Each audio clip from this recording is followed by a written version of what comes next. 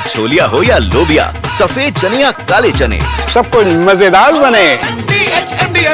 कल होने वाली मॉक ड्रिल की बात करेंगे, कूटनीतिक स्ट्राइक की, और बात करेंगे देश में हो रही सियासत की। सबसे पहले आपको बता दूं कि कल 5 राज्यों में, सीमावर्ती 5 राज्यों में मॉक ड्रिल होने वाली है। कल शाम 5 बजे से 8 बजे के बीच राजस्थान में, जम्मू कश्मीर में, गुजरात में, पंजाब में मॉक ड्रिल कराई जाएगी। यानी कल एक बार फिर से जंगी सायरन बजेगा। इस सायरन के बजते ही उन तमाम सिक्योरिटी प्रोटोकॉल्स का पालन करना होगा जो कि समय समय पर लोगों को बताए गए हैं। पिछली बार जब मॉक ड्रिल की बात कही गई थी तो उस रात भारत ने पाकिस्तान के टेरर ठिकानों पर हमला कर दिया था, पहलगाम का बदला लिया था। भारत अपने सीमावर्ती राज्यों में पूरी चौकसी बरत रहा है, लेकिन आप मानकर चलिए कि मॉक ड्रिल की टेंशन पाकिस्तान में जरूर हो गई है। मॉक ड्रिल के नाम से पाकिस्तान में जरूर पसीने छूट रहे होंगे, क्योंकि पाकिस्तान में वैसे भी प्रधानमंत्री शहबाज शरीफ इस वक्त अलग अलग देशों में जाकर पाकिस्तान के लिए मदद मांग रहे हैं, सहायता मांग रहे हैं। आज वो भी आपको बताती हूं। पाकिस्तान के प्रधानमंत्री शहबाज शरीफ मुल्क में है ही नहीं, वो 5 देशों की यात्रा पर निकले हैं, देश के लिए पैसा बटोरने, देश के लिए भीख मांगने, तुर्की, ईरान, अजरबैजान के दौरे पर है। शहबाज शरीफ की तस्वीरें देखिए, लेकिन एक बार फिर उनकी अंतर्राष्ट्रीय बेइज्जती कैसे हुई है। पहले चीन की सेना के अभ्यास की तस्वीर को पाकिस्तान का पराक्रम बता दिया। यह तस्वीर आपको याद है, इसे अपना पराक्रम बता रहे थे, दुनिया भर में भद पिट गई। अपना मजाक बनवाने वाले शहबाज शरीफ अब ईरान के पास गए, ईरान से गुहार लगाने के भारत से बात करवा दीजिए, हम भारत से बात करना चाहते हैं। लेकिन ईरान ने कैसे फटकार लगा दी है, आज आपको वो बता रही हूं। भारत के सांसदों के दल ने कैसे इनकी अंतर्राष्ट्रीय मंच पर बेइज्जती की है, अंतर्राष्ट्रीय मंच पर इन्हें एक्सपोज किया, वो आगे आपको दिखाऊंगी। लेकिन पहले आपको दिखाती हूं कि ईरान ने कैसे इन्हें फटकार लगाई। दुनिया भर में घूमकर पाकिस्तान फरियाद लगा रहा है, उन्हीं में से एक देश ईरान भी है। जहां जहां शहबाज जा रहे हैं वहां उनकी बेइज्जती हो रही है। अब ईरान में क्या हुआ है वो आपको दिखा देती हूं। शाहिद ड्रोन मिलने की पाकिस्तान को उम्मीद थी ईरान से। ये शाहिद ड्रोन क्या है? इन्हें पुअर मैन्स क्रूज मिसाइल कहा जाता है, क्योंकि ये बहुत सस्ते ड्रोन है, शाहिद ड्रोन। और पाकिस्तान यही सोचकर कि कम से कम ये ड्रोन ईरान इन्हें दे देगा, मांगने के लिए ईरान गए शहबाज शरीफ। ईरान ने पाकिस्तान को ड्रोन देने से साफ मना कर दिया है और साथ में नसीहत भी दे दी है। ईरान ने पाकिस्तान के प्रधानमंत्री शहबाज शरीफ को नसीहत दे डाली। शहबाज को कहा कि आप अपने पड़ोसियों से अपने रिश्ते ठीक करिए। देश से रिश्ते सही करने की सलाह ईरान ने शहबाज शरीफ को दे दी है। जब तक रिश्ते ठीक नहीं करेंगे आपको इसी तरह से दर दर जाकर भीख मांगनी पड़ेगी। कल ईरान में कहा कि भारत से बातचीत के लिए हम तैयार हैं। ईरान में ही जाकर बातचीत की गुहार लगा रहे थे। वहां पर न भारत से बातचीत मिली, ना ईरान से साथ मिला, और उल्टे नसीहत और मिल गई। अब आगे तजिकिस्तान जाएंगे, अजरबैजान जाएंगे, वहां पर भी जाएंगे। लेकिन पाकिस्तान की अंतर्राष्ट्रीय मंच पर पोल खोल रहे हैं हिंदुस्तान के सांसद भी। बड़ा योगदान भारत के सांसदों का है, जो अलग अलग दल के हैं, लेकिन अंतर्राष्ट्रीय मंच पर आवाज एक है, भारत की आवाज। पाकिस्तान के आतंकी चेहरे को बेनकाब करने वाली बुलंद आवाज अलग अलग नेताओं की है, और उन्हीं में से एक शशि थरूर है, कांग्रेस के नेता हैं। शशि थरूर अंतर्राष्ट्रीय मामलों की जानकार माने जानते हैं, इसीलिए वो अमेरिका गए डेलीगेशन का नेतृत्व भी कर रहे हैं। अब शशि थरूर ने पूरी दुनिया को बताया कि पहलगाम हमले के बाद भारत ने इंतजार किया कि पाकिस्तान आतंकियों पर कोई एक्शन लेगा, लेकिन पाकिस्तान ने सिर्फ आतंकियों का साथ दिया, और इसीलिए हमने उनके आतंक के इंफ्रास्ट्रक्चर पर स्ट्राइक की है। शशि थरूर भारत की आवाज बनकर बोल रहे हैं, देश की आवाज बनकर। लेकिन हिंदुस्तान में कांग्रेस पार्टी को यह पसंद नहीं आ रहा है। उन्होंने थरूर को बीजेपी का चमचा बता दिया है, सुपर स्पोक्सपर्सन ऑफ बीजेपी बता दिया। कांग्रेस पार्टी क्या उम्मीद कर रही थी कि जो नेता पाकिस्तान को एक्सपोज करने के लिए अंतर्राष्ट्रीय मंच पर जा रहे हैं, वो ऑपरेशन सिंदूर को छिटपुट बताएंगे, वो ऑपरेशन सिंदूर को फेलियर बताएंगे, जैसा कि देश में बैठे विपक्ष के नेता कह रहे हैं अभी। ये बहुत ही गंदी सियासत है। आज महाभारत इसी सियासत पर कर रही हूं, क्योंकि ये जरा सिर्फ बयान आप सुन लीजिए जो विपक्ष के नेताओं के पिछले कुछ दिनों में आए हैं, और उसके बाद खुद सोचिएगा कि ये सियासत कितनी बदसूरत है। टीएमसी के नेता उदयन गुहा, जो कि मंत्री भी हैं, कह रहे हैं पहले चाय अब सिंदूर बेच रहे हैं मोदी। ये बयान आया उनका। इसी के साथ साथ राहुल गांधी पहले ही कह चुके हैं कि भारत की विदेश नीति धराशायी है। जो तस्वीर आप देख रहे हैं अलग अलग देशों में जाते हुए सांसदों की, ये विदेश नीति ही है। संजय राउत ने ऑपरेशन सिंदूर को फेलियर बता दिया। वो कह रहे हैं ये फेल्ड ऑपरेशन था। शशि थरूर बीजेपी के चमचे हैं, ये उदित राज कह रहे हैं। क्यों? क्योंकि शशि थरूर अंतर्राष्ट्रीय मंच पर जाकर ऑपरेशन सिंदूर की बात कर रहे हैं। जयराम रमेश कहते हैं ऑपरेशन सिंदूर एक पीआर एक्सरसाइज है। ऐसे बयानों की एक भरमार लग गई है। छिटपुट घटना वाली बयान तो आप मल्लिकार्जुन खड़गे का सुन ही चुके हैं। इन सब बयानों के चलते आज पूछ रही हूं कि क्या यह समय इस बदसूरत सियासत का है। एक रिपोर्ट देखिए।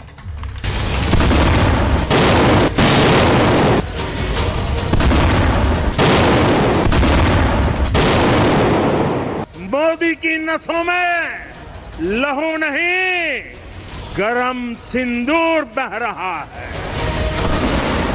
ऑपरेशन सिंदूर का कहर पाकिस्तान ने देख लिया है। ऑपरेशन सिंदूर की जानकारी देने और पाकिस्तान को बेनकाब करने के लिए भारतीय दल अलग अलग देशों का दौरा कर रहा है। राजनीतिक दल अलग है, लेकिन आवाज भारत की है। उन्हीं में से एक आवाज शशि थरूर की है, जिन्होंने पाकिस्तान को अमेरिका में एक्सपोज कर दिया। On the 22nd of April this year, when terrorists crossed the border from our neighboring country Pakistan and killed 26 Indian citizens, we waited to see whether the Pakistan government would take any action against the perpetrators of this terrible crime. When nothing clearly was being done, 2 weeks later, on the 7th of May, we attacked known headquarters of terrorist bases inside Pakistan. Tharoor विदेश नीति के expert माने जाते हैं। विदेश में जाकर पाकिस्तान को बेनकाब कर रहे हैं, लेकिन कांग्रेस के नेताओं को यह बात पसंद नहीं आ रही है। वो शशि थरूर को बीजेपी का चमचा बता रहे हैं। शशि थरूर जी बीजेपी के सुपर प्रवक्ता हैं, जो बीजेपी के लोग नहीं कह पा रहे हैं। मोदी जी की चमचागिरी या मोदी जी का गुणगान जितना वो नहीं कर पा रहे हैं, और बीजेपी के लोग उससे ज्यादा शशि थरूर कर रहे हैं। शशि थरूर हो या फिर मनीष तिवारी, वो भले ही नेता कांग्रेस के हैं, लेकिन विदेश में जाकर वो भारत का नेतृत्व कर रहे हैं। भारत का नैरेटिव और भारत का पक्ष लेने के लिए और पाकिस्तान का नैरेटिव ध्वस्त करने के लिए अब उदित राज उन्हें गालियां बक रहे हैं। और उदित राज जो बोल रहे हैं वो दरअसल राहुल गांधी की स्पीच है, वो राहुल गांधी के शब्द है। शशि थरूर जी ने ऐसे कांग्रेसी जो डेंट कर रहे हैं, देश के खिलाफ बातें जा रही हैं, उनको भी कंपनसेट करा है और विश्व के पटल पे जाके यूएस में बैठ करके जैसी बात रखी है, उससे लगा कि शशि थरूर जी के लिए देश सबसे पहले है। ऐसे समय में कांग्रेस नेतृत्व के दल भारत के अंदर अपनी सेना के खिलाफ, अपने नेतृत्व के खिलाफ, अपने देश के खिलाफ प्रेस कर रहे हैं, ये दुर्भाग्यपूर्ण है। बयानबाजी कर रहे हैं, ये दर्दनाक है। विदेश गए हुए भारतीय डेलीगेशन में भले ही एनसीपी शरद पवार की सुप्रिया सुले हो या फिर कांग्रेस के मनीष तिवारी हो, अंतर्राष्ट्रीय मंच पर वो भारत का पक्ष रख रहे हैं। माननीय प्रधानमंत्री जी की इच्छा थी कि ऑपरेशन सिंदूर सिर्फ भारत और पाकिस्तान तक सीमित न रहे, लेकिन देश को पता होना चाहिए कि भारत में क्या हो रहा है। इतने दिन हुए, लेकिन जब भी आंख बंद करते वही घटना, वही बंदूक, वही चेहरा और डर अभी मन से नहीं है। आतंकवाद एक घिनौना कैंसर है, जिसको सिर्फ हमारे रीजन से ही नहीं पर पूरी दुनिया से अलग करना, उसको नस्ते नाबूद करना जरूरी। आज महाभारत में सवाल पूछ रहे हैं कि जब अंतर्राष्ट्रीय मंच पर पाकिस्तान बेनकाब हो रहा है, तो देश में बैठे कुछ लोग पाकिस्तान का समर्थन क्यों कर रहे हैं। महाभारत में सवाल यह भी पूछ रहे हैं कि जब ऑपरेशन सिंदूर अभी खत्म नहीं हुआ, तो देश हित में विपक्ष की भाषा क्या होनी चाहिए।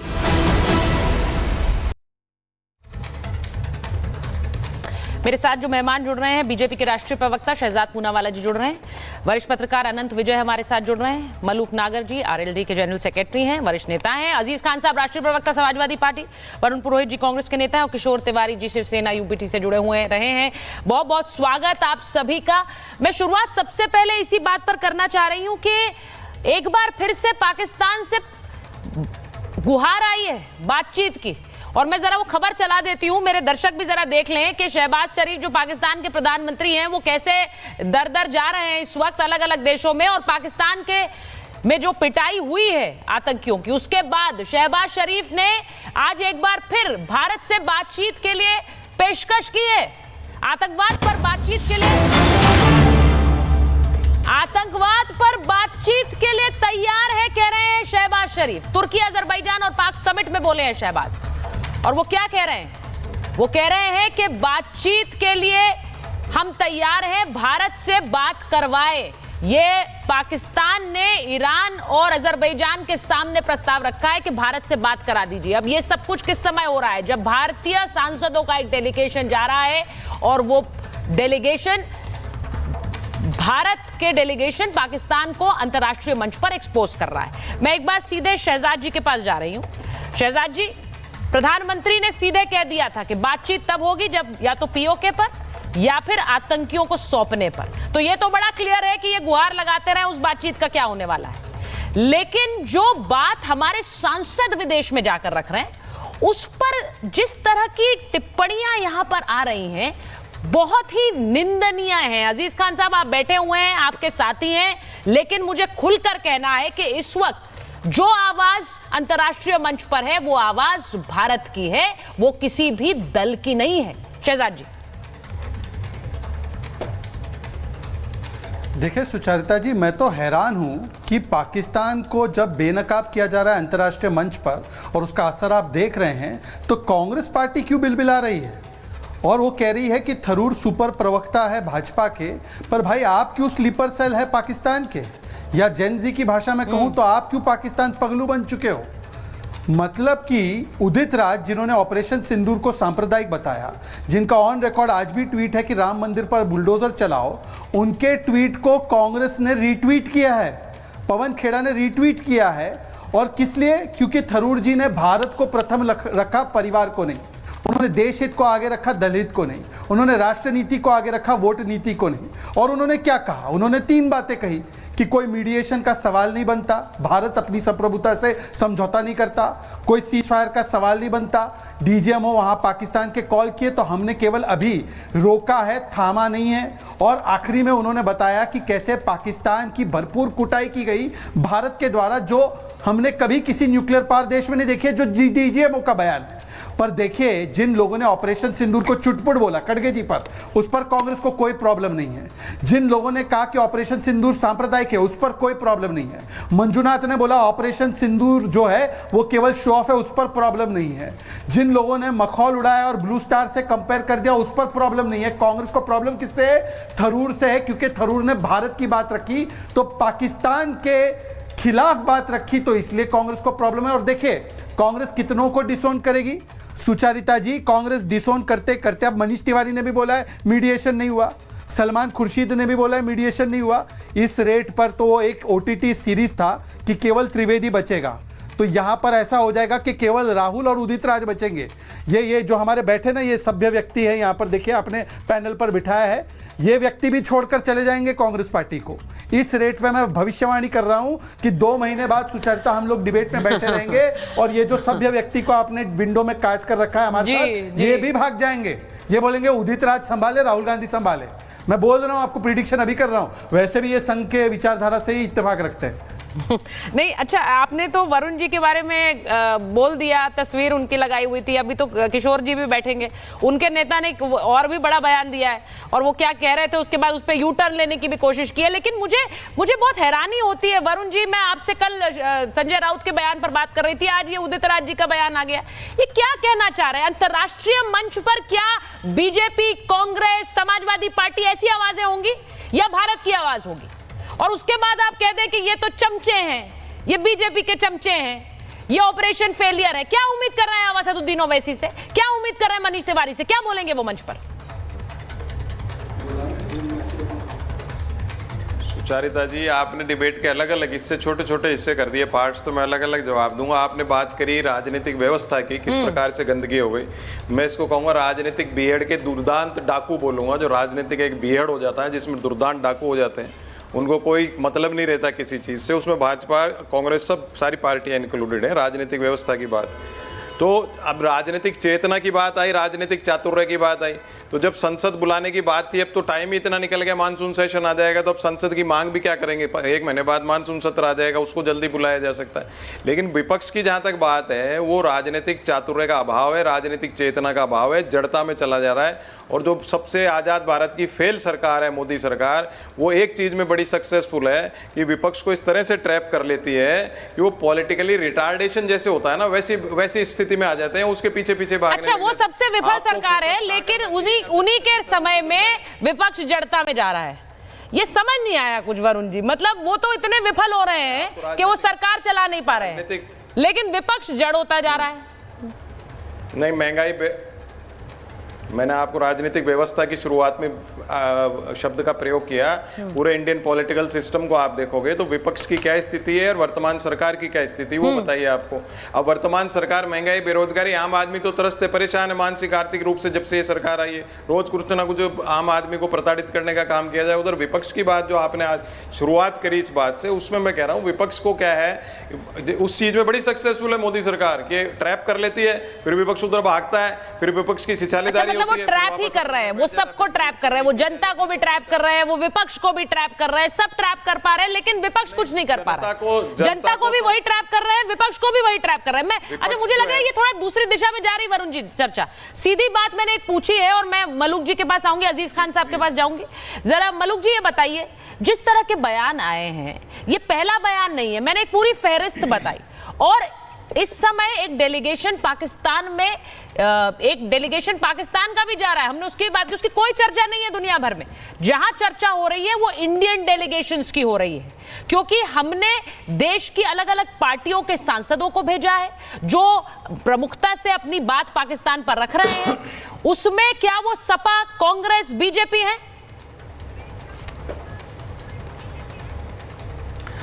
सुचित्रा जी, देखिए, हमारे योद्धा सांसद पूरे वर्ल्ड में जाकर वो भी बिल्कुल उसी तरह काम कर रहे हैं जिस तरह हमारे देश की फौज ने अंदर घुस के मारा। उसी तरह हमारे सांसद योद्धा भी पूरे वर्ल्ड में जाके पाकिस्तान को बिल्कुल बेनकाब कर रहे हैं। और जो सो कॉल्ड इंडिया गठबंधन की सबसे बड़ी पार्टी कांग्रेस और उसकी कुछ साथियां जो टेलीविजन पे बैठ के कुछ का कुछ बोल रहे हैं, और जिनको सीधा फायदा पाकिस्तान को हो रहा है, सीधा नुकसान हमारे देश भारत को हो रहा है, उनको समझ नहीं आ रहा। लेकिन एक सुचरिता जी, मैं आज आपके सामने बैठकर टेलीविजन पे कह रहा हूं कि विपक्ष में भी देश को मानने वाले लोग हैं। 4 लोग विपक्ष में बहुत ताकत के साथ विश्व के पटल पे उभरे हैं। शशि थरूर साहब, उमर अब्दुल्ला साहब, सलमान खुर्शीद साहब और ओवैसी साहब। और जो कांग्रेस में बड़े नेता हैं उनके कद छोटे हो गए हैं बेतुके प्रश्न पूछने पे, जिनसे पाकिस्तान को फायदा हो रहा है और देश को, हमारे को नुकसान हो रहा है। और इन लोगों की लीडरशिप, शशि थरूर कांग्रेस के अध्यक्ष का चुनाव चाहे हार गए हों, पूरे वर्ल्ड के पैमाने में कांग्रेस में सबसे ताकतवर नेता बन के विश्व के पटल पे, जब वो यूएन में थे जब, और जब पार्लियामेंट में मेरे साथ बोलते हैं, जो अंग्रेजी में बोलते हैं, जब हिंदी में बोलते हैं, बिल्कुल ये समझो कि ऐसा लगता है यार ये क्या विद्वान आदमी है। और वही तीखा, वही तेजी, वही प्रखरता, वही सवाल पूछने का अंदाज, और वही पूरे देश में अपनी देश की छवि को पूरे विश्व में जाके जो रखी है। इससे जो हमारे सो कॉल्ड इंडिया गठबंधन की पार्टियां हैं, ये अंदर बौखला गई हैं। ठीक है, 2 चीजें होती हैं, एक देश और एक राजनीति। अरे देश में 2 चीजें हैं, एक युद्ध देश से किसी से हो, अंदर पाकिस्तान घुस के मारा। एक इकोनॉमी जो मनमोहन सिंह कहते थे 2040 में हम चौथे नंबर पर लाएंगे, वो आज 2025 में चौथे नंबर पर ला गई। तो देश में इन लोगों को राजनीति या व्यक्तिगत स्तर पे आके इन्वॉल्व हो गए, इनको लगा हमारी राजनीति खत्म हो रही है, इसलिए ये कुछ का कुछ बोल रहे हैं। यानी पूरे वर्ल्ड में, इकोनॉमी में भी और घुस के मारने में भी पूरा हमारा देश का डंका बज रहा है। और अच्छी बात है, मैं आपका सवाल मैं अजीज साहब से पूछ लेती हूँ। अजीज साहब, वो कह रहे हैं राजनीति देश या राजनीति, ये इस वक्त चुनने का समय है। आप राजनीति चुनेंगे, देश चुनेंगे? देखिए सुचेता जी, सबसे पहली बात तो ये है कि कोई भी देश का कोई भी शख्स होगा, उसके लिए राजनीति इंपॉर्टेंट नहीं है, देश इंपॉर्टेंट है। पहली बात, अभी नागर साहब ने कहा कि विपक्ष में भी कुछ लोग हैं जो देश को मानते हैं। क्या विपक्ष के लोग इंसान नहीं है क्या? आपकी नजर में विपक्ष के लोग हैं कौन? विपक्ष के लोग आईना दिखाते हैं और वो आईना दिखाने वाले लोग हैं, और देश के वो सच्चे सिपाही हैं, देश के सच्चे देशभक्त हैं। पहली बात। और दूसरी बात, अभी इन्होंने कहा कि इकोनॉमी चौथे नंबर पर आ गई है। शायद जानकारी नहीं है कि नीति आयोग ने उस पर खेद भी व्यक्त किया है और कहा है कि चौथी गलत बोल दिया थे, पांचवी है।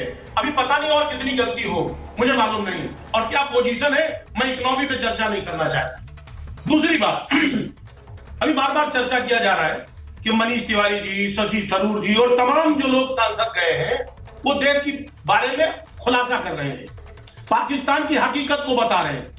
देखिए, एक बात आप समझे हम कि जो भी लोग सांसद गए हैं, पहली बात, वो सांसद न वो विपक्ष के हैं न वो पक्ष के हैं, वो एक देश के नागरिक हैं और हिंदुस्तान के लोग गए हैं, और हिंदुस्तान के बारे में बताना उनकी जिम्मेदारी है और उस जिम्मेदारी को निभा रहे हैं। वो बीजेपी और कांग्रेस और समाजवादी के लोग नहीं है। एक बात तो इसलिए ये क्लियर हो जाना चाहिए कि साहब वो शशि थरूर जी ये कह रहे हैं, मनीष तिवारी नहीं, तो ये बात तो अजीज साहब आपको समझानी पड़ेगी, क्योंकि वहां समझ नहीं आ रही है। अरे सुनिए ना भाई, आप समझाएंगे ना, क्योंकि उन्हें बीजेपी का स्पोक्स पर्सन बताया जा रहा है। मनीष तिवारी कह रहे हैं तो कह रहे हैं, मनीष तिवारी के लिए बयान आ रहे हैं, संजय राउत कह रहे हैं फ्लॉप फेलियर ऑपरेशन है। ये सब बयान अगर विपक्ष के लोग दे रहे हैं तो समझाएगा कौन? आप तो यहाँ पर आकर जो बात कह रहे हैं वो अच्छी बात कह रहे हैं, लेकिन इनकी बातों के लिए कौन समझाएगा? जी स्पष्ट करने दे। मैंने कहा एक बार, वो मोदी जी की तारीफ नहीं है, देश के प्रधानमंत्री की तारीफ होनी चाहिए, बिल्कुल होनी चाहिए। हमारे देश के प्रधानमंत्री हैं माननीय मोदी जी, और एक नजर, हम कोई बीजेपी की बात नहीं करते हैं, हमारे देश के प्रधानमंत्री ने जो भी फैसला किया, हर फैसला हर शख्स को मंजूर है, क्योंकि विपक्ष ने पहले भी स्पष्ट किया था कि हम देश के साथ हैं, हम शासन सत्ता के साथ हैं, हम प्रधानमंत्री के साथ हैं। लेकिन क्या हो रहा है, आज बीजेपी उस पर राजनीति कर रही है, वो अपनी रोटी सेक रही है, कहीं ना कहीं विपक्ष को फिर कटघरे में खड़ा कर रही है। पहला वाकया है कि जब विपक्ष एक प्लेटफॉर्म पे आकर के हर तरीके से माननीय मोदी जी का साथ दिया, प्रधानमंत्री जी का साथ दिया। नहीं, सुनिए, साथ दिया। अजीज खान साहब, ये आप समाजवादी पार्टी के लिए बोल रहे हैं या फिर ये आप पूरे विपक्ष के लिए बोल रहे हैं? थोड़ा सा आपको सोचना पड़ेगा। मैं मान रही हूं कि आपके अध्यक्ष ने या आपके नेता ने ऐसा कोई बयान नहीं दिया है, लेकिन दूसरी तरफ और पार्टियों को देखिए, एक झड़ी लगी हुई है बयानों की। अनंत जी बैठे हुए हैं, किशोर जी अनंत जी को लीजिए, मैं शहजाद जी आ रही हूं उसके बाद। एक बार किशोर जी, नेता, अब ये तो आपको सोचना पड़ेगा कि फ्लॉप क्या हो रहा है, ऑपरेशन सिंदूर फ्लॉप हुआ है या पार्टी आपकी फ्लॉप हो रही है? इस तरह के बयानों से तो पार्टी ही फ्लॉप हो जाएगी, जिस तरह के बयान दिए हैं। देखिए, मैं अभी आपको बताता हूं सुचिता कि मैं चंडीगढ़ से बात कर रहा हूं, और मैं सीमावर्ती जहां पर पाकिस्तान ने बम गोले बरसाए वो सब डैमेजेस देख के आया हूं। और ज्यादातर लोग कह रहे हैं कि शायद भारत का बारूद खराब हो गया था, इसलिए उसको उड़ाने के लिए ये सब कुछ किया गया है। और जो राजनीति बीजेपी कर रहा है उसमें जो स्लीपर सेल के लोग शामिल हो गए हैं, मैं उन सब स्लीपर सेल के लोगों को कहूंगा कि थोड़ा सा आप है ना शहजाद पूनावाला तरीका बीजेपी में ही शामिल हो जाओ, क्योंकि बाहर से स्पोक्स पर्सन बन के कुछ होगा नहीं। नहीं, स्लीपर सेल किसे कह रहे हैं आप? स्लीपर सेल किसे कह रहे हैं आप?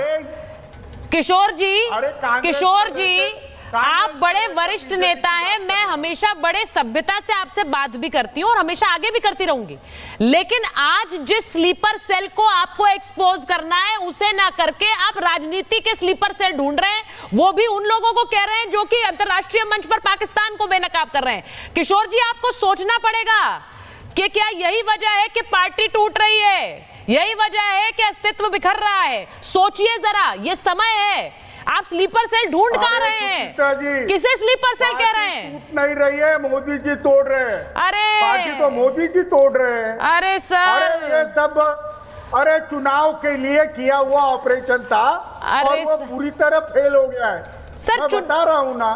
और जो बात आनंद जी सर पकड़ रहे हैं अपना, आनंद जी सर पकड़ रहे हैं अपना। आनंद जी, नहीं, एक मिनट आनंद जी, मैं यही कह रही हूँ, मैं यही पूछ रही हूँ फटे ना ये जो किशोर जी से। मैं आनंद जी हमेशा बोलती हूँ कि बड़े वरिष्ठ हैं, उन्होंने राजनीति देखी है, लेकिन अब मुझे लग रहा है कि रिटायरमेंट का समय तो नहीं आ रहा है। देखिए, माफी के साथ बोल रही हूँ, ये आप जो बोल रहे हैं किशोर जी, ये बयान आपका, आप ऑपरेशन सिंदूर पर सवाल उठा रहे हैं, आप शहजाद जी से कह रहे हैं उनकी तरह और पार्टी पर, मैं उनसे रिएक्शन लूंगी, लेकिन पहले आनंद जी। अरे मैं बता रहा हूं किशोर जी को सावरकर की जन्म जयंती पर राम राम। किशोर जी, सावरकर जी को याद कर लीजिएगा, आज जन्म जयंती है उनकी।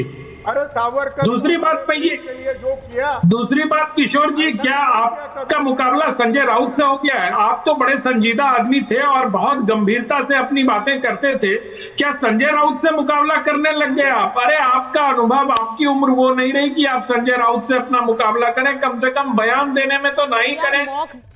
राज्यसभा पता नहीं मिल जाए ऐसे बयान देने से आपको, लेकिन बाला साहब ठाकरे कभी आप लोगों को इस बयानों के लिए, खैर जाने दीजिए, मैं सिर्फ ये कह रहा हूं रूबिका जी कि अभी आप विपक्षी दलों से जो अपेक्षाएं कर रही हैं वो व्यर्थ है। अभी कांग्रेस पार्टी के वरुण जी बड़ी अच्छी बातें कर रहे थे, मेरे मित्र भी हैं, लेकिन उनको अब क्या करेंगे? अब वो समाजवादी पार्टी ने कह दिया कि हम कोई, कांग्रेस पार्टी ने कह दिया कि हम कोई भिखमंगे हैं क्या, उत्तर प्रदेश में सीट मांगने जाएंगे किसी से? तो अब INDIA नामक कोई गठबंधन तो रहा नहीं, इसलिए एक पक्ष दूसरे पक्ष की बात करेगा ऐसा मुझे लगता नहीं है।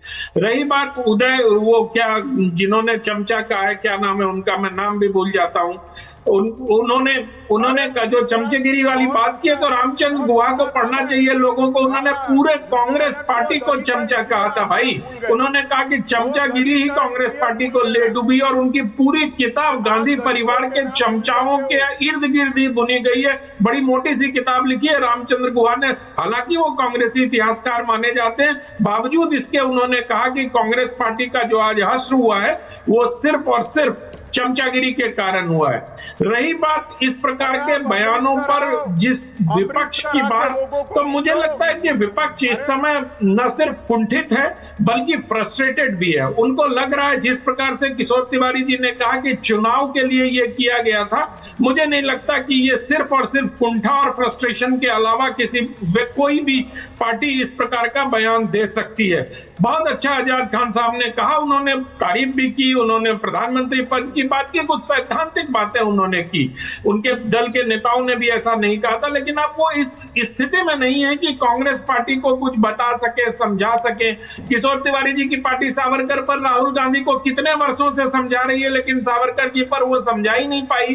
तो एजाज खान साहब इस मसले पर कांग्रेस पार्टी को क्या समझा पाएंगे, क्योंकि कांग्रेस पार्टी के इर्द गिर्द जो नेतृत्व है सुचरिता जी, वो इस वक्त बहुत बड़े जो माओवादी टाइप के नेता थे, जो माओवादी विचारधारा के लोग थे, वो कांग्रेस पार्टी के आसपास जुट गए। ना उनको देश से कोई लेना है, ना जो माओवादी हैं उनको पूरे संविधान से कोई लेना देना है। जिस प्रकार की बातें कांग्रेस पार्टी का नेतृत्व कर रहा है, आज उसको देखकर ऐसा लगता है कि आनंद जी ये रिफ्लेक्ट करेगा। देखिए, आज जो मौका है, मुझे लगता है कि इतनी बार शहजाद जी आपने कितनी बार ये बात गिनवाई है, कितनी अनगिनत महाभारत में आप आए और आपने ये बात गिनवाई है कि सेना पर सवाल करने वाले, टिप्पणियां करने वाले, सबूत मांगने वाले, और उसके बाद कैसे राजनीतिक भी इनका जो पतन हुआ है उससे कुछ सीख नहीं रहे हैं। आज फिर वही बयानबाजी है शहजाद जी, आज फिर वही बयानबाजी। देखिए, अजीज खान साहब ने क्या बोला, उन्होंने बोला कि वहां पे हमारे सांसद गए हैं, पाकिस्तान को बेनकाब कर रहे हैं। बिल्कुल सही बात है। तो पाकिस्तान को बेनकाब करना कांग्रेस के लिए भाजपा का प्रवक्ता बन जाना है। तो पाकिस्तान का साथ देना मतलब कांग्रेस का प्रवक्ता बनना है क्या?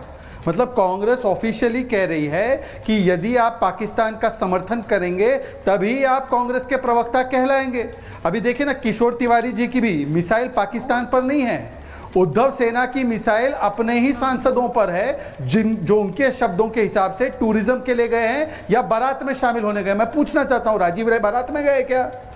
कनिमोझी जी बारात में गई है क्या? क्या वहां पर जो प्रियंका चतुर्वेदी है वो बारात में गई है या वो स्लीपर सेल है? कनिमोझी स्लीपर सेल है, ये उद्धव सेना को ऑफिशियल बयान है। कनिमोझी जी को स्लीपर सेल बोल रहे हैं, राजीव राय जी को स्लीपर सेल बोल रहे हैं, अजीज खान कुछ नहीं बोल पा रहे।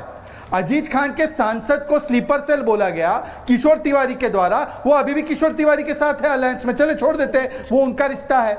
अब आते हैं वरुण जी पे। वरुण जी बोलते हैं कि देखिए चेतना और चातुर्य का अभाव है ना साहब, नैतिकता और देशभक्ति का अभाव है। ये मणिशंकर ही गए थे ना कटोरा लेकर कि पाकिस्तान मदद करो, हमको बीजेपी को हटाना है। ये बीके हरिप्रसाद का ही स्टेटमेंट है ना कि पाकिस्तान हमारा दुश्मन है, भाजपा का दुश्मन है। कारगिल विजय दिवस सेलिब्रेट 5 साल कांग्रेस ने ही नहीं किया था ना, सर्जिकल स्ट्राइक को खून की दलाली कांग्रेस ने ही बोला था ना। तो ये आपकी नैतिकता और देशभक्ति का अभाव है। और आखिरी बात देखिए, इन्होंने कहा कि विपक्ष जो है हमेशा बीजेपी के ट्रैप में आ जाता है। अरे विपक्ष कोई खरगोश है क्या? विपक्ष ट्रैप में नहीं आ रहा है, पाकिस्तान के ट्रैप में है विपक्ष। पाकिस्तान का ऑफिशियल डीजी आईएसपीआर के ट्रैप में है, इसीलिए उनके जो भी बयान है डीजी आईएसपीआर यूज करता है। मैं एक बार फिर से पूछता हूं, अजीज खान साहब, राजीव राय स्लीपर सेल है, हाँ या ना, बताइए। चलिए भाई, अजीज खान साहब को स्क्रीन पर लाइए। सेना का स्टेटमेंट, अजीज जी को स्क्रीन पर रखिए भाई। अजीज खान साहब, अब शहजाद जी ने गेंद आपके पाले में डाल दी है। वो कह रहे हैं कि किशोर जी का बयान सही या गलत, आपके सांसद स्लीपर सेल या नहीं, जरा बताइए। किशोर जी को भी रखिए ना भाई स्क्रीन पर।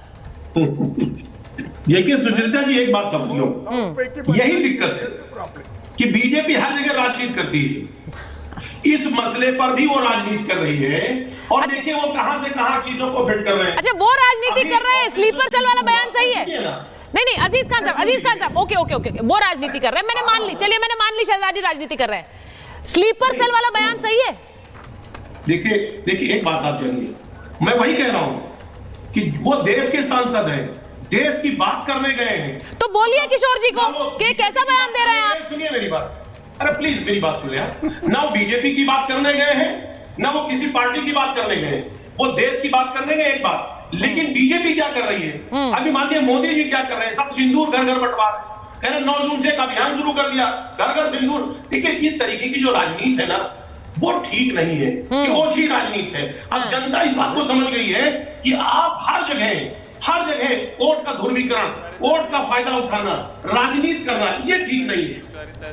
विपक्ष पूरी तरह से आपके साथ रहा, खड़ा रहा आपके हर फैसले में, लेकिन आप विपक्ष को ट्रैप करके, विपक्ष पर आरोप लगा के, लांछन लगा के यकीनन आप वोट लेना चाहते हैं। ठीक है शहजाद जी, की बात, एक वाक्य, केवल एक वाक्य, केवल एक वाक्य, क्योंकि बाकी लोग भी रुके हुए हैं। एक वाक्य, केवल एक वाक्य, बोलिए। अजीज खान साहब, आपने बोला कि वहां पे सांसद कोई बीजेपी कांग्रेस ने गए, देश की बात रखने गए। एक बार किशोर तिवारी से बुलवा दीजिए कि उनकी नेत्री प्रियंका चतुर्वेदी देश की बात रखने गई है। मेरे सांसद की तो बात छोड़ दीजिए, केवल इतना कहलवा दे कि प्रियंका चतुर्वेदी देश की बात रखने गई है, ये किशोर तिवारी से कहलवा दीजिए। ये तो किशोर जी बताएंगे ना। किशोर जी स्क्रीन पर है। किशोर जी, हाँ, ये देखो, वफादार है, राष्ट्र के लिए बहुत वफादार है। और आज शहजाद बीजेपी की 100 रुपए वाली बनियान भी नहीं पहन के आए।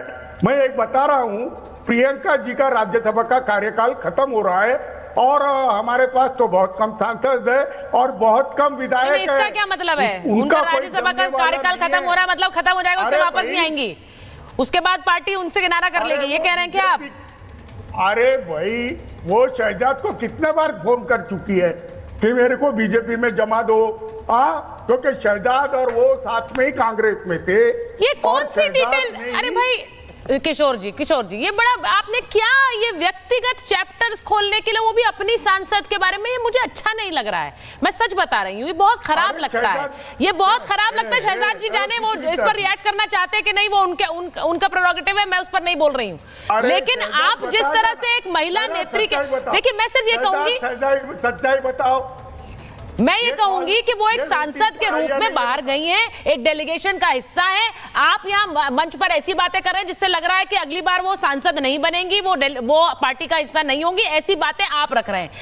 मुझे नहीं पता, मैं इस पर बोलना नहीं चाहती, लेकिन क्या एक ऑल पार्टी डेलीगेशन का हिस्सा होना और वहां पर भारत की बात करना इतनी बड़ी बात हो गई कि आप धमकी भी दे कि अगली बार सांसद ही नहीं बनेंगी, पार्टी का हिस्सा ही नहीं रहेंगी? शहजाद जी जल्दी से रिएक्शन, फिर मैं मलूक जी के पास जाऊंगी।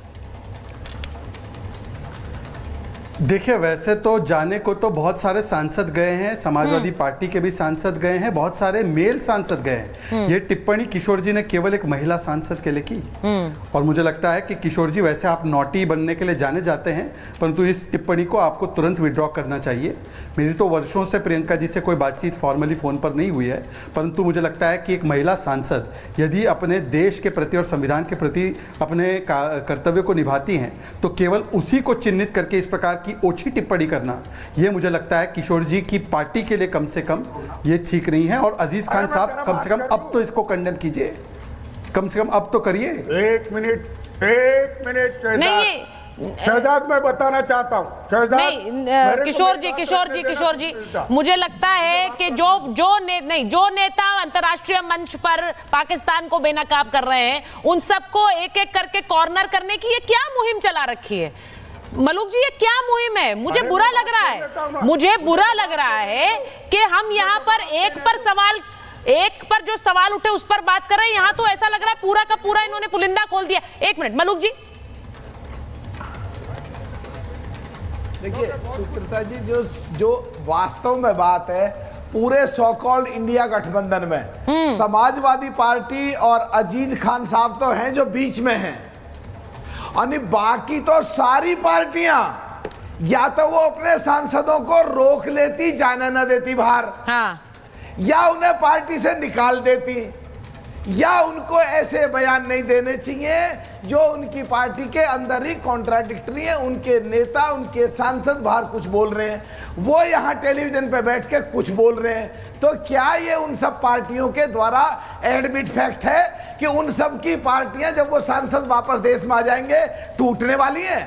क्या वो अपने सांसदों को निकालने वाले हैं? एग्जैक्टली रमेश जी कुछ का कुछ बोल रहे हैं। आज तक कोई चुनाव लड़े नहीं, और पाकिस्तान में उनकी खबरें चल रही हैं। ब्रेकिंग न्यूज, जयराम रमेश ने कहा, ये जयराम रमेश अब की बार पाकिस्तान से चुनाव लड़ेंगे। मुझे तो ऐसा लगता है इंडिया में तो बेचारों की किस्मत में है नहीं चुनाव जीतना जयराम रमेश के। भाई ये क्या बोल गए हैं मलूक जी? वरुण जी आप रिएक्ट करना चाह रहे हैं? वो कह रहे हैं कि ये नेता वो उन नेताओं पर बयान दे रहे हैं जो बाहर गए एक्सपोज कर रहे हैं पाकिस्तान को, और ये खुद घर बैठे कोई भी बयानबाजी कर रहे हैं। इनके अपने राजनीतिक अस्तित्व देख लें। वरुण जी बोलिए इस पर, आपकी पार्टी की बात हो रही है। राजनीतिक अस्तित्व की कई बार मैं आप मेरी बात सुन लो। 3-4 बातें हैं, मेरे को 2-3 से 1 मिनट दे दो, बीच में कोई बोले नहीं। मलूक नागर जी तो खुद ही कई पार्टियां बदले हुए हैं, इसलिए इनका पता नहीं कौन सा अस्तित्व है। और प्रियंका चतुर्वेदी की जो किशोर जी ने बात करी, गलत बात करी, उसने बहुत जोरदार ढंग से बात उठाई है, और संसद में भी बहुत जोरदार ढंग से बोलती हैं, इसलिए उनकी मैं इस बात से सहमत नहीं हूँ। दूसरी बात जो कह रहे हैं, जो आप कह रहे हो राजनेता जिनका राजनीतिक अस्तित्व नहीं है, मैंने कई बार मैंने उठाई राज्यसभा के माध्यम से आते हैं। अरे भाई आप बोलने दो ना बीच में, इसीलिए आपको मैंने कहा आप कई पार्टियां बदले हुए हो, आप दूसरे को बोलने नहीं देना चाहते। आपकी असलियत खोल दी मैंने, आपकी असलियत खोल दी, बोलने नहीं दे रहे हो मेरे को आप। मैंने कहा था बोलना मत बीच में, मैं बोला था क्या आपके बीच में? कितनी पार्टियां बदली आपने खुद ने? यहाँ दूसरे पे टिप्पणी कर रहे हो, पहले खुद को तो देख लो आप क्या हो।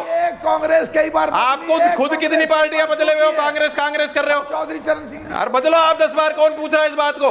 बदलो आप, लड़ो, चुनाव जीत के आओ, कौन रोक रहा है आपको? दूसरों पे क्या टिप्पणियां कर रहे हो आप? मलूक जी की आवाज दीजिए। मैं तो कई बार खुद बोल चुका, तो राज्यसभा से आते हैं डायरेक्ट चुनाव लड़के आना चाहिए। ज्यादा जानता हूं, तुमने राजेश पायलट को ये देखो, ये आ गए खुद कांग्रेस में रह गए, जाने कौन सी पार्टी में रह गए। धोखा दिया तुमने, चौधरी चरण सिंह को धोखा दिया। तुम पिछड़ों के खिलाफ हो, तुम दलितों के खिलाफ हो, तुम पे वो झिल नहीं रहे जो बाहर नेता जाके बयान दे रहे हैं। मनीष तिवारी जो इतना बढ़िया बोलता है साइड में डाल रखा है, डिम्पा जो बढ़िया बोलता है साइड में डाल रखा है, बिट्टू जो बढ़िया बोलता था तो मैं मजबूर कर दिया पार्टी से जाने के लिए। आहिस्ता आहिस्ता तुम्हारे सब लोग भाग जाएंगे, तुम्हें पता ही कुछ नहीं है कांग्रेस के बारे में। 2001 में मेरे घर से 3 AICC मेंबर थे, कांग्रेस को तुम क्या जानते हो? मत पहुंचाओ मुझे वहां तक कांग्रेस के बारे में। कांग्रेसी में तुमसे बड़ा रहा हूं, कांग्रेस को मैं ज्यादा जानता हूं। जब मैं पार्लियामेंट में बोलता हूं तुम्हारी सीटें खाली पड़ी रहती है कांग्रेसियों की। वैसे सदन बुलाओ, सदन बुलाओ, सदन बुलाओ, वहां खाली पड़ी रहेंगी तुम्हारी सीटें। बोलते हो ज्यादा, सदन में कहीं पहुंचे नहीं हो, विधायक तुम रहे नहीं हो, सांसद तुम रहे नहीं हो, टेलीविजन पे अपनी पार्टी के लोगों के खिलाफ बोल रहे हो। क्या कहना चाहते हो? सुचारिता जी देखो, बोलने नहीं दे रहे ना किसी को। नहीं, एक मिनट देखिए, यहाँ पर नहीं देखिए, आप भी बोले हैं, मलूक जी भी बोले हैं। मैं सिर्फ ये कह रही हूँ व्यक्तिगत टिप्पणी जब होती है तो इसी तरह का रिएक्शन आता है सर। बोला था इनके बीच में। नहीं, व्यक्तिगत टिप्पणी सर अगर करेंगे तो रिएक्शन आएगा। मैं तो नहीं कह रहा जयराम रमेश का नाम नहीं, कैसे लिया नाम कांग्रेस के नेता। भाई वो नेता के बारे में सवाल पूछेंगे, आप उनके नेता के बारे में सवाल पूछिए। खुद का आप व्यक्तिगत टिप्पणी करेंगे, वो भी जवाब देंगे। नहीं, मैं वही तो पूछ रहा। अरे व्यक्तिगत इन्होंने करी है, नेताओं पे मैंने थोड़ी। मुझे लगता है जो डिबेट इस वक्त है सर वो ज्यादा इंपॉर्टेंट है, वो ज्यादा इंपॉर्टेंट है। डिबेट पे वापस लौटते हैं। मैं सीधा ये कहना चाह रही हूँ कि किसी भी नेता को ये एक एक करके घेरना बिल्कुल सही नहीं है, क्योंकि वो डेलीगेशन का हिस्सा है, इन्हें घेरिए। ये तो अगली बार सांसद नहीं बनेंगी, ये तो पार्टी के, ये तो बीजेपी के प्रवक्ता हो गए। ये हो क्या रहा है? शहजाद जी बोलना चाह रहे हैं। आनंद जी और शहजाद जी को लीजिए। शहजाद जी देखिए, केवल एक ही वाक्य। वरुण जी मेरे बड़े प्रिय है और मलूक जी तो हमारे सीनियर है, पर मलूक जी की बातों पर इतना बुरा लगा वरुण जी पर। उदित राज ने क्या बोला है थरूर जी पर? भाई सही बात। मलूक जी तो डिबेट में, चलो डिबेट में एक चीज बोल दी उन्होंने, अरे थरूर पर जो उदित राज ने बोला है वरुण जी, उस पर तो कुछ प्रकट कीजिए। और बोलने दोगे जब करूंगा ना, बोलो मुझे दो टाइम, बोलूंगा। नहीं, एक चीज यहाँ पर हम सब राजनेता हैं, सिर्फ एक लौते पत्रकार आनंद जी हैं। एक मिनट, बाकी सब राजनेता हैं। एक बार मैं आनंद जी के पास जा रही हूँ। आनंद जी, जब ये इस तरह की वार्ता होती है, इस तरह की चर्चा होती है जिसमें ये बताया जा रहा है कि भाई ये जो नेता है अलग अलग पार्टियों को जो रिप्रेजेंट करके इस वक्त देश की आवाज बने हैं, क्या इन पर गर्व होना चाहिए इन पार्टियों को, या फिर ये देखना चाहिए कितना ये कहीं ये नरेंद्र मोदी की तारीफ तो नहीं कर रहे हैं, कहीं ये ऐसा तो नहीं कुछ बोल गए जिससे बीजेपी को फायदा हो जाए। ऐसा लग रहा है कि एक दूरबीन लगाकर सब कुछ मॉनिटर किया जा रहा है, और जिसने बोल दिया उसकी फिर खैर नहीं है, वो वापस पार्टी में तो आके दिखाए। सुचरिता जी, सबसे पहले मैं आपसे क्षमा मांगता हूं, मैंने आपका नाम एक बार गलत बोल दिया, किसी और का नाम ले लिया। मैं क्षमा प्रार्थी हूं आपसे। दूसरी बात जो आप पूछ रही हैं ये कि नेताओं को, दरअसल मैंने कहा ना, ये इन पार्टियों की कुंठा है। इनको लगता है, और अभी समाजवादी पार्टी के प्रवक्ता कह रहे थे राजनीति कर रहे हैं, इनको याद दिलाइए कि 1971 के चुनाव के बाद जो विधानसभा चुनाव हुए थे उसमें इंदिरा गांधी ने किस प्रकार के पोस्टर लगवाए थे। तो खैर अतीत में मैं जाना नहीं चाहता, क्योंकि अतीत में जाएंगे तो बहुत सारी ऐसी चीजें निकल के सामने आएंगी जिसमें समाजवादी पार्टी से लेके कांग्रेस पार्टी से लेके शिवसेना तक सब लोग एक्सपोज हो जाएंगे। बात अगर वर्तमान की करें तो इनको सिर्फ और सिर्फ यही लग रहा है कि कहीं इसका फायदा नरेंद्र मोदी चुनाव में न उठा लें। अरे चुनाव में जो फायदा उठाना था, जो जनता के मन में जाना था, वो पाकिस्तान को घर में घुस के मारा, ये चला गया संदेश। इसकी चिंता मत करिए। अब आपके सामने ये है कि आप अपनी देशभक्ति को प्रकट करने के लिए अंतरराष्ट्रीय मंच पर कम से कम राजनीति न करिए। किशोर तिवारी जैसा बोल रहे हैं उससे ये प्रकट हो रहा है। बहुत ही आपत्तिजनक बात उन्होंने दो आज की है सुचरिता जी आपके शो में, एक तो स्लीपर सेल वाली और दूसरे प्रियंका चतुर्वेदी को लेकर जो उन्होंने बात की। मुझे मालूम नहीं था कि शहजाद जी इतने पावरफुल व्यक्ति हैं भारतीय जनता पार्टी में कि वो किसी को सांसद बना सकते हैं। लेकिन जिस प्रकार से किशोर जी ने उपहास के लहजे में वो बात कही है वो बहुत आपत्तिजनक है। उनको इसी शो में उस पर खेद प्रकट करना चाहिए, अन्यथा एक महिला के बारे में ये राय सिर्फ। मैं आपसे बिल्कुल सहमत हूं आनंद जी। आपने जो दोनों मुद्दे उठाए हैं, किशोर जी आपके पास आ रही हूं, मेरे पास समय बिल्कुल नहीं है, लेकिन दोनों मुद्दे आपत्तिजनक हैं। मैं बिल्कुल सहमत हूं आनंद जी से, और इसीलिए मैंने उनके बारे में उठाया बात कही। स्लीपर सेल आप किसे कह रहे हैं, और अपनी ही सांसद को आप कह रहे हैं कि अब अगली बार नहीं आएंगी? जल्दी से जवाब दे दीजिए सर। मैं अभी बताता हूं, मेरा बोलने का मतलब यह था कि कांग्रेस और शिवसेना ने जो उनके पार्टी लाइन छोड़कर जो लोग गए हैं उनको निकाल देना चाहिए। जैसे शशि थरूर, मनीष तिवारी, उद्धव जी ने सबके पहले प्रियंका चतुर्वेदी को निकाल देना चाहिए। लोगों में मैसेज जाएगा और अपोजिशन की नहीं, ये ताक बहुत बनी गलत रहेगी। है, ये बहुत गलत क्या बात है। ये बहुत गलत बात है। पार्टी लाइन नहीं है, इस वक्त कंट्री लाइन है। इस बात को किशोर जी आप जैसा वरिष्ठ नेता समझ ही नहीं पा रहा है। अभी भी आप ये कह रहे हैं पार्टी लाइन के खिलाफ जाकर गए। नहीं सर, पार्टी लाइन क्या होती है? इस वक्त देश की बात है, सिर्फ एक ही लाइन है, भारत की लाइन है, और वो भारत की बात ही करने गए हैं। तो आप कैसी बातें कर रहे हैं मुझे समझ नहीं आता। और शायद आपकी मुझे सोच में दिख रही है वो सोच जो कि यहां पर ऑपरेशन सिंदूर को कोस रही है, ऑपरेशन सिंदूर पर सवाल उठा रही है। ये बहुत गलत है किशोर जी, आपसे उम्मीद नहीं की थी, लेकिन मैं सोचती हूं जो जनता है जो देख रही है वही तय करे। बहुत बहुत धन्यवाद आप सबका महाभारत में जुड़ने के लिए।